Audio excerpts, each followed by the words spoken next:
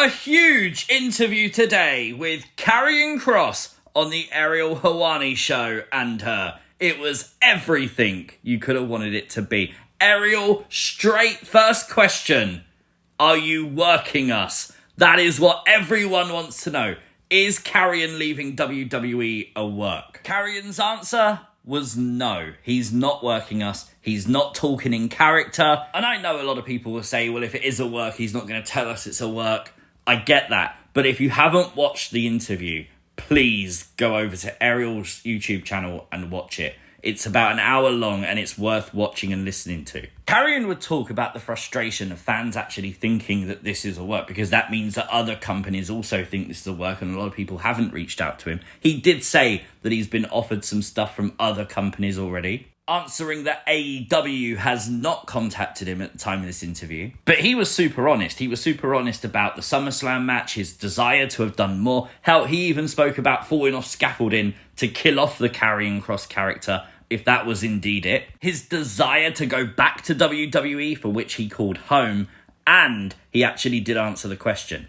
A contract offer was made to him last Tuesday, so a couple of days before his contract expired. However, there was no contract offered to Scarlett at that time, and Karrion wanted to see numbers around all the information where they come to the agreement on the money. He actually did hint that it was worth more than he was currently making with WWE, whatever those numbers are, but he said he wanted to see like metrics and stuff, which WWE didn't give him. They gave him 24 hours to accept the offer, and because he didn't, they pulled the offer, it's withdrawn, the offer's gone, it's off the table. Much like on the documentary, Karrion spoke about this like post-show interview he did on the Sam Roberts show, explaining it was a work, but how a lot of people didn't know it was a work, even to the point he had to pull Triple H to the side once and explain that this was a work because no one told Triple H that it was a work. Karrion even making the point towards the end of the interview that he is still open to talk to WWE. He still wants to have that negotiation. He still wants to go back to WWE,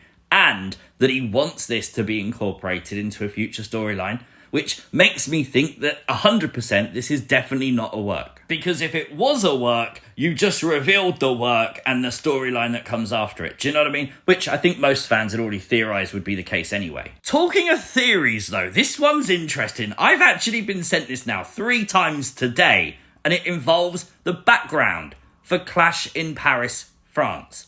Now obviously the background is based on Vincent van Gogh's painting Starry Night. I'm leaning towards this one being a pure coincidence, but I really do like it. Okay, so here we go. The artist is named Vincent van Gogh, who was Dutch, and the painting he drew, Starry Night, in France, is currently in New York City, which is the home of Karrion Kross.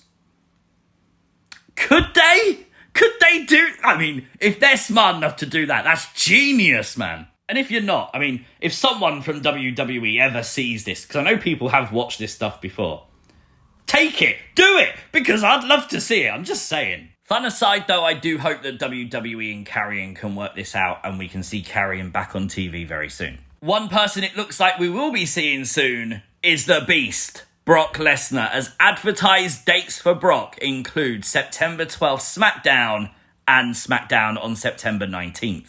John Cena is also being advertised for September 5th SmackDown and September 15th Raw. There is a lot of talk that in late September we're going to get an unannounced PLE that will go head-to-head with AEW All Out. So if that's true and it is a main roster one, not an NXT one, there's a lot of theory that it could be Brock versus Cena on that show.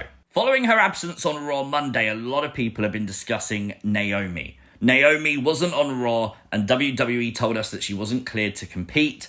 That's all we know at the moment, and fans have obviously speculated 100,000 things. I really hate speculating people's health, but this is news, and that's what we have to do. And with the announcement by WWE that both Naomi and her husband, Jimmy Uso, will appear on a Stephanie McMahon podcast special this week, people are assuming we're going to get some kind of announcement there.